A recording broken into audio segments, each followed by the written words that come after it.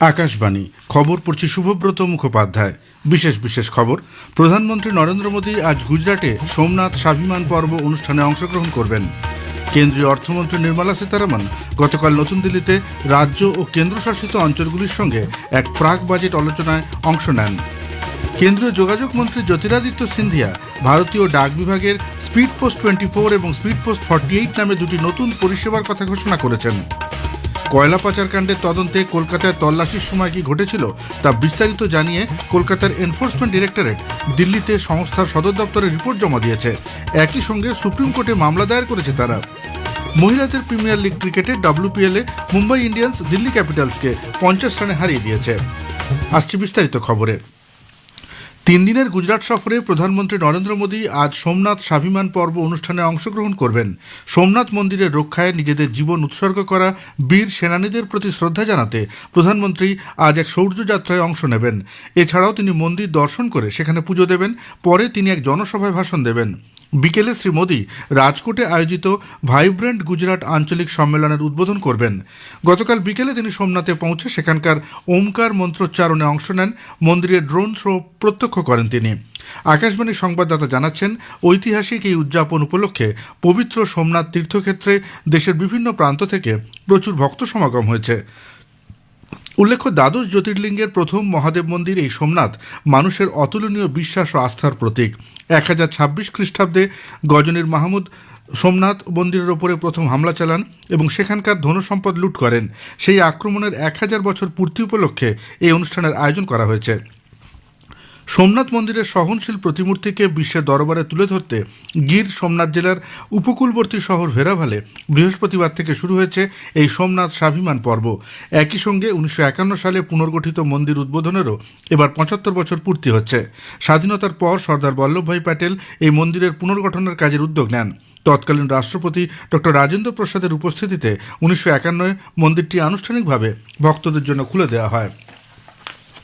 কেন্দ্রীয় অর্থমন্ত্রী নির্মলা সীতারামন গতকাল নতুন দিল্লিতে রাজ্য ও কেন্দ্রশাসিত অঞ্চলগুলির সঙ্গে এক প্রাক বাজেট আলোচনায় অংশ নেন। অর্থ প্রতিমন্ত্রী পঙ্কজ চৌধুরী, মণিপুরের রাজ্যপাল ছাড়াও উপস্থিত ছিলেন গোয়া, হরিয়ানা, মেঘালয়, সিকিম, দিল্লি এবং জম্মু কাশ্মীরের মুখ্যমন্ত্রীরা। অরুণাচল প্রদেশ, মধ্যপ্রদেশ, ওড়িশা, রাজস্থান ও তেলেঙ্গানার উপমুখ্যমন্ত্রীরা ওই বৈঠকে যোগ দেন। রাজ্য ও কেন্দ্রশাসিত অঞ্চলগুলির অর্থমন্ত্রীরাও বৈঠকে উপস্থিত ছিলেন। অর্থমন্ত্রক এক বিবৃতিতে জানিয়েছে, বৈঠকে অংশগ্রহণকারীরা 2026-27 সালের বাজেটের কেন্দ্রীয় জন্য অর্থমন্ত্রককে বিভিন্ন পরামর্শ দিয়েছেন। রাজ্যগুলির জন্য মূলধনী বিনিয়োগের ক্ষেত্রে বিশেষ সহায়তা প্রকল্পে অর্থ বরাদ্দ আরও বাড়ানোর দাবি করেছে অনেকগুলি রাজ্য। 2020-21 সাল থেকে এই প্রকল্পের আওতায় সরকার রাজ্যগুলিকে 50 বছরের জন্য বিনা সুদে 4,25,000 কোটি টাকা প্রদান করেছে। শ্রীমতী সীতারামন রাজ্যগুলিকে আশ্বাস দিয়ে বলেছেন, বাজেট প্রস্তুতির সময় এই বিষয়গুলি বিবেচনা করা হবে। উল্লেখ্য, চলতি মাসের 28 তারিখ থেকে সংসদে বাজেট অধিবেশন শুরু হতে চলেছে। কেন্দ্রীয় যোগাযোগ মন্ত্রী জ্যোতিরাদিত্য সিন্ধিয়া ভারতীয় ডাক বিভাগের দুটি নতুন পরিষেবার কথা ঘোষণা করেছেন। স্পিড পোস্ট 24 এবং স্পিড পোস্ট 48 নামে এই পরিষেবাগুলির মাধ্যমে 24 ঘন্টা এবং 48 ঘন্টার মধ্যে ডাকযোগে সরবরাহ সম্ভব হবে। মধ্যপ্রদেশের শিবপুরী জেলার পিচরে গতকাল এক অনুষ্ঠানে মন্ত্রী ঘোষণা করেন। তিনি বলেন, নতুন এই দুটি পরিষেবা সময়ানুগ এবং দ্রুত সরবরাহের নতুন মানদণ্ড হয়ে উঠবে। কেন্দ্রীয় স্বরাষ্ট্র ও সমবায় মন্ত্রী অমিত শাহ বলেছেন, আইন শৃঙ্খলা যে কোনো রাজ্যের উন্নয়নে গুরুত্বপূর্ণ ভূমিকা পালন করে। ভালো আইন শৃঙ্খলা ব্যবস্থা সম্পন্ন রাজ্যগুলি সর্বদা বিনিয়োগকারীদের বেশি আকর্ষণ করে। গতকাল বিকেলে জয়পুরে কনস্টেবল নিয়োগ অনুষ্ঠানে ভাষণে শ্রী শাহ বলেন, বেশ কিছু চ্যালেঞ্জ সত্ত্বেও রাজস্থান সরকার আইন শৃঙ্খলার প্রতি বিশেষ মনোযোগ দিয়েছে এবং ফলস্বরূপ রাজ্যটি এখন বিনিয়োগকারীদের জন্য একটি পছন্দের গন্তব্যস্থলে পরিণত হয়েছে।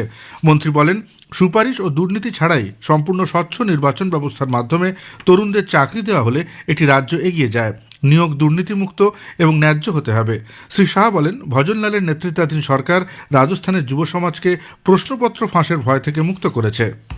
कोई भी राज्य, कोई भी प्रदेश तभी आगे आ सकता है जब जिसमें मेरिट्स है ऐसे युवाओं को वो आगे बढ़ाए। कोई भी प्रदेश तभी आगे आ सकता है कि राज्य के सेवकों की भर्ती पारदर्शी तरीके से हो, उसमें कोई भ्रष्टाचार न हो। और भजनलाल जी ने, कांग्रेस सरकार ने शुरू किया हुआ पेपर लीक का सिलसिला भी समाप्त कर राजस्थान को इससे निजात दिलाने का काम किया। নতুন ভারতীয় ন্যায় সংহিতার বৈশিষ্ট্য তুলে ধরে তিনি বলেন, সম্পূর্ণরূপে বাস্তবায়িত হলে এফআইআর নথিভুক্তি 3 বছরের মধ্যে মামলাগুলি সুপ্রিম কোর্টে শুনানি করা হবে। তিনি বলেন, এর ফলে বারবার মামলা স্থগিত রাখা দীর্ঘস্থায়ী প্রথার অবসান ঘটবে। স্বরাষ্ট্রমন্ত্রী আজ কেরালা তিরুবনন্তপুরমে স্থানীয় নির্বাচনে জয়ী বিজেপি প্রার্থীদের সঙ্গে এক বৈঠকে পৌরোহিত্য করবেন। পরে তিনি শ্রী পদ্মনাভস্বামী মন্দিরে পুজো দেবেন। বিকেলে তিনি কেরালার কাউমুড়ি সম্মেলনে যোগ দেবেন। উল্লেখ্য, একদিনের কেরালা সফরে স্বরাষ্ট্রমন্ত্রী গতরাতে তিরুবনন্তপুরম পৌঁছন। কেন্দ্রীয় নতুন ও পুনর্নবীকরণযোগ্য শক্তিমন্ত্রী প্রহ্লাদ যোশী বলেছেন, দেশে দূষণমুক্ত বিদ্যুৎ উৎপাদন উল্লেখযোগ্য হারে বৃদ্ধি পেয়েছে। 2025 সালে এ ধরনের বিদ্যুৎ উৎপাদন বেড়ে 266.78 গিগাওয়াটে পৌঁছেছে। সামাজিক মাধ্যমে এক পোস্টে তিনি জানিয়েছেন, 2024 সালের তুলনায় এই বৃদ্ধি 22.6% বেশি। খবর শুনছেন আকাশবাণী থেকে। বেআইনি কয়লা পাচার কাণ্ডের তদন্তে গত বৃহস্পতিবার কলকাতায় তল্লাশির সময় কি ঘটেছিল তা বিস্তারিত জানিয়ে কলকাতার এনফোর্সমেন্ট ডিরেক্টরেট দিল্লিতে সদর দপ্তরে রিপোর্ট জমা দিয়েছে। এই ঘটনায় প্রত্যক্ষদর্শী আধিকারিকদের বয়ান সহ কেন্দ্রীয় বাহিনী ও কলকাতা পুলিশের পাশাপাশি রাজ্য প্রশাসনের ভূমিকার কথা রিপোর্টে উল্লেখ করা হয়েছে বলে জানা গিয়েছে। উল্লেখ্য, বেআইনি কয়লা পাচার মামলায় পশ্চিমবঙ্গ ও দিল্লির 10টি জায়গায় বৃহস্পতিবার ইডির তল্লাশি অভিযান চলেছিল। তার মধ্যে মুখ্যমন্ত্রীর বিরুদ্ধে সাংবিধানিক ক্ষমতার অপব্যবহার করে কলকাতার 2টি জায়গায় তদন্তে বাধা দেবার অভিযোগ করেছে তারা। আইপ্যাকের কর্ণধার প্রতীক জৈনের বাড়ি ও কার্যালয়ে তাদের কাজে বাধা দানের পরিপ্রেক্ষিতে পশ্চিমবঙ্গের মুখ্যমন্ত্রী মমতা ব্যানার্জির বিরুদ্ধে সুপ্রিম কোর্টে মামলা দায়ের করেছে ইডি। শনি ও রবি ছুটি থাকায় তারা দ্রুত শুনানির জন্য অনলাইনে আবেদন জানিয়েছে। অন্যদিকে রাজ্যের পক্ষ থেকেও সুপ্রিম কোর্টে অনলাইনে ক্যাভিয়েট দাখিল করা হয়েছে বলে জানা যাচ্ছে। উল্লেখ্য, এই ইস্যুতে ইডি কলকাতা হাইকোর্টের দ্বারস্থ হলেও চরম বিশৃঙ্খলার কারণে গতকাল সেই মামলা শুনানি হতে পারেনি। পরবর্তী শুনানি 14 জানুয়ারি হবে বলে বিচারপতি শুভ্রা ঘোষ জানিয়ে দেন। পরে ইডি জরুরি ভিত্তিতে এই মামলা শুনানির জন্য প্রধান বিচারপতির কাছে মেল করে আবেদন জানালেও তিনি সেই আবেদনে সাড়া দেননি। তিনি জানিয়ে দেন, জুডিশিয়াল অর্ডারে তিনি কোনো হস্তক্ষেপ করবেন না। এদিকে এক অভূতপূর্ব ঘটনায় মুখ্যমন্ত্রী মমতা ব্যানার্জি আইপ্যাকের কর্ণধার প্রতীক জৈনের বাড়ি ও দফতরে ইডির তল্লাশি চালানোর ব্যাপারে বিধাননগর ইলেকট্রনিক্স থানা এবং কলকাতা শেক্সপিয়ার থানায় ইডির বিরুদ্ধে এফআইআর দায়ের করেছেন। পুলিশও শেক্সপিয়ার সরণি থানায় ইডির বিরুদ্ধে আরেকটি মামলা রুজু করেছে। অন্যদিকে বিজেপি ইডির হাত থেকে মুখ্যমন্ত্রী মমতা ব্যানার্জির নথি ও ইলেকট্রনিক্স যন্ত্র নিয়ে চলে যাওয়ার ঘটনার প্রতিবাদে রাজ্যপাল সিভি আনন্দ বোসের হস্তক্ষেপ চেয়েছে। দলের রাজ্য কমিটির সদস্য শিশির বাজুরিয়া বলেন, মুখ্যমন্ত্রীর এই ধরনের কাজ গর্হিত ও অপরাধমূলক। এ বিষয়ে বিজেপির এক প্রতিনিধি দল গত শুক্রবার রাজ্যপালের কাছে অভিযোগ জানান। ওই দলে ছিলেন প্রাক্তন সাংসদ লকেট চট্টোপাধ্যায়, মহিলা মোর্চার সভানেত্রী ফাল্গুনী পাত্র প্রমুখ। আইপ্যাকের কর্ণধারের বাড়িতে একজন রাজনৈতিক নেত্রী হিসেবে গিয়েছিলেন বলে মুখ্যমন্ত্রী যে দাবি করেছেন, বিজেপি তার সমালোচনা করেছেন। দলের প্রাক্তন রাজ্য সভাপতি কেন্দ্রীয় মন্ত্রী সুকান্ত মজুমদার গত সন্ধ্যায় সাংবাদিকদের প্রশ্নের উত্তরে জানিয়েছেন, আইপ্যাকের কর্ণধার কোনো রাজনৈতিক দলের সদস্য নয়, তাই সেক্ষেত্রে মুখ্যমন্ত্রী রাজনৈতিক দলের নেত্রী হিসেবে কেন গিয়েছিলেন, শ্রী মজুমদার সে বিষয়ে প্রশ্ন তোলেন। পশ্চিম মেদিনীপুরের চন্দ্রকোনা রোড এলাকায় রাজ্যের বিরোধী দলনেতা শুভেন্দু অধিকারীর গাড়িতে হামলার অভিযোগ উঠেছে। জানা গেছে, পুরুলিয়া থেকে ফেরবার পথে গত রাত 8:30 নাগাদ চন্দ্রকোনা রোডের সাতবাঁকুড়া গ্রাম পঞ্চায়েত অফিসের কাছে শ্রী অধিকারীর কনভয় পৌঁছলে স্থানীয় তৃণমূল কংগ্রেসের কিছু কর্মী সমর্থক তার গাড়ির উপরে মোটা লাঠি, বাঁশ ইত্যাদি নিয়ে হামলা চালায়। এই অতর্কিত আক্রমণে বিরোধী দলনেতার কনভয়ের 2টি গাড়ি ক্ষতিগ্রস্ত হয়েছে বলে তিনি অভিযোগ করেছেন। ঘটনার প্রতিবাদে অভিযুক্তদের গ্রেপ্তারের দাবিতে তিনি গড়বেতা থানার অধীনস্থ চন্দ্রকোনা বিট হাউস ফাঁড়িতে অবস্থান বিক্ষোভ করেন কিছুক্ষণ। 5 দিনের কর্মসপ্তাহ শুরু করার দাবিতে রাষ্ট্রায়ত্ত ব্যাংকগুলির কর্মচারী সংগঠন আগামী 27 জানুয়ারি ব্যাংক ধর্মঘটের ডাক দিয়েছে।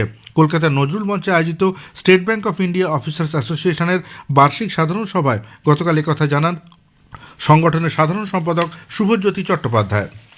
মহিলাদের প্রিমিয়ার লিগ ক্রিকেট WPL-এ গতকাল নভি মুম্বাইতে মুম্বাই ইন্ডিয়ান্স দিল্লি ক্যাপিটালসকে 50 রানে হারিয়ে দিয়েছে। প্রথমে ব্যাট করে নির্ধারিত 20 ওভারে মুম্বাই 4 উইকেট হারিয়ে 195 রান তোলে। 196 রানের লক্ষ্য নিয়ে ব্যাট করতে নেমে দিল্লি ক্যাপিটালসের ইনিংস 19 ওভারে 145 রানে শেষ হয়ে যায়। শেষ করার আগে খবরের বিশেষ কিছু অংশ আরও একবার। প্রধানমন্ত্রী নরেন্দ্র মোদী আজ গুজরাটে সোমনাথ স্বাভিমান পর্ব অনুষ্ঠানে অংশগ্রহণ করবেন। কেন্দ্রীয় অর্থমন্ত্রী নির্মলা সীতারামন গতকাল নতুন দিল্লিতে রাজ্য ও কেন্দ্রশাসিত অঞ্চলগুলির সঙ্গে এক প্রাক বাজেট আলোচনায় অংশ নেন। কেন্দ্রীয় যোগাযোগ মন্ত্রী জ্যোতিরাদিত্য সিন্ধিয়া ভারতীয় ডাক বিভাগের স্পিড পোস্ট 24 এবং স্পিড পোস্ট 48 নামে 2টি নতুন পরিষেবার কথা ঘোষণা করেছেন। খবর শেষ হলো। এর পরের খবর 7:25